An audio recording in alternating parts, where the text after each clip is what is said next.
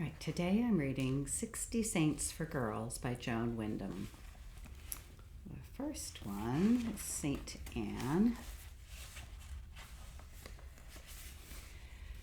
This is the story about the Mother of Our Lady, and although there are hundreds of stories about her, I chose this one because it is my favorite, and I hope you will like it too. When Anne was quite young, she married a man called Joachim, and they were quite rich. As they had no family and had too much money for the two of them, they did a very sensible thing. They divided their money into thirds. One part they gave to the temple of God in Jerusalem, one part to pilgrims and the poor, and the third part they kept for themselves. After years and years, they still did not have any children, and they wanted a family very much.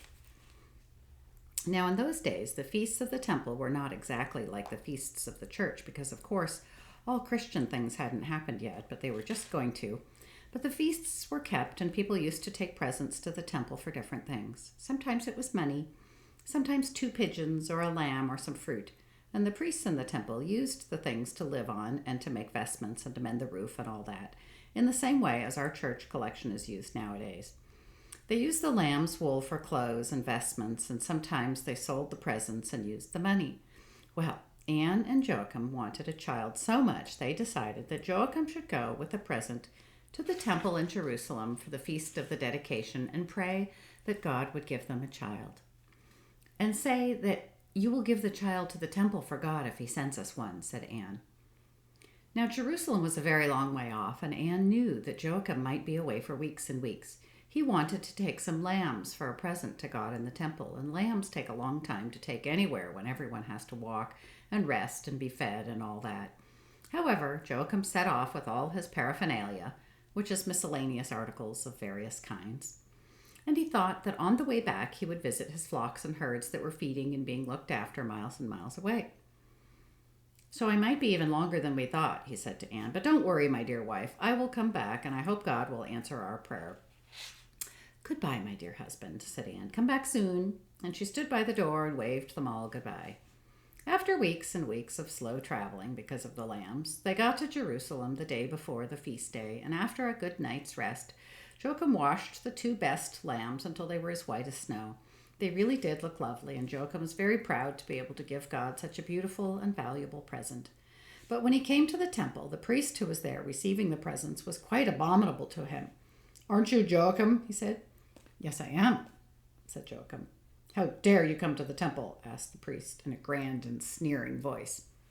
I came to pray to God on the feast day, said Joachim politely, and I brought these 2 lambs. Well, you can take them away again, said the priest rudely. God doesn't want presents from you. He must be angry with you, or he would have blessed you with children years ago. I don't know what you've done, but you must be a very sinful and wicked man. Go away. Of course, none of this was true, but poor Joachim was so upset he nearly cried. He took his 2 lambs and went slowly away. He couldn't understand why the priest had been so horrid. He may be right, he thought. After all, priests usually are right. Perhaps God is angry with me and I didn't know it. He walked away out of Jerusalem and he thought, what will poor Anne say? She will not like having a wicked husband. I don't think I can go home yet until I find out what terrible thing I must have done. So he went to visit his flocks and herds on the mountainside, and all the time he was so upset and worried that his shepherds and herdsmen could scarcely recognize him. What is the matter with Joachim? They asked one another. He looks so sad and thin. He isn't like himself anymore. Joachim stayed with his shepherds and herdsmen for months. He wondered and thought and wondered and was so sad and confused that the others thought he must have lost his wits. Wits are what keep you alive and brisk in your mind. Joachim wasn't brisk anymore.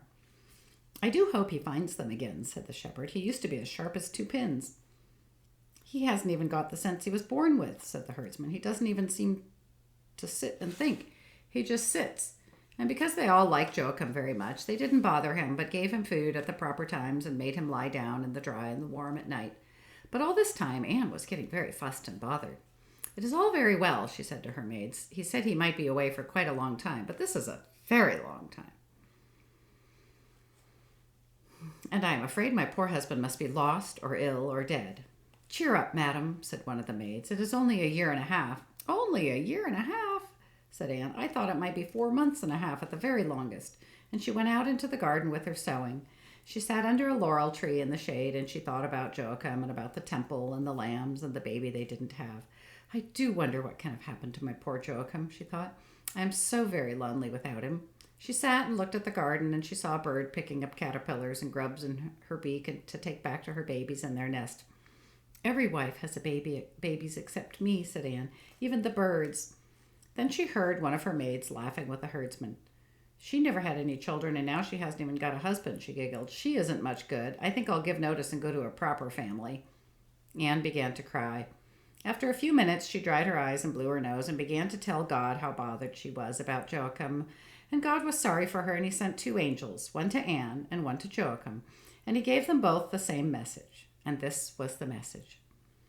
If you both go to the Golden Gate in Jerusalem, you will find each other again, and you will have a baby soon, and you must call her Mary. When she is old enough, you must take her to the temple, just as you promised, because I have something very important for her to do when she grows up.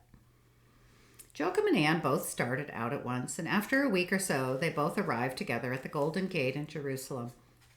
They were so pleased to see each other that they laughed and cried and hugged each other, and then they sat down, and Anne said, "But my very dear husband, what a silly old thing you were not to come home and tell me about that horrid priest.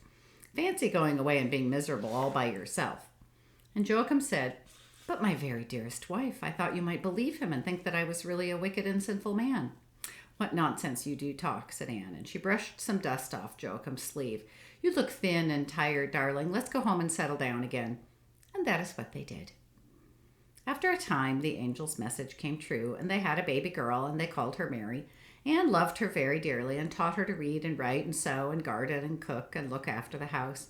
Then, when she was still quite a little girl, Anne took her to the temple in Jerusalem to give her to God.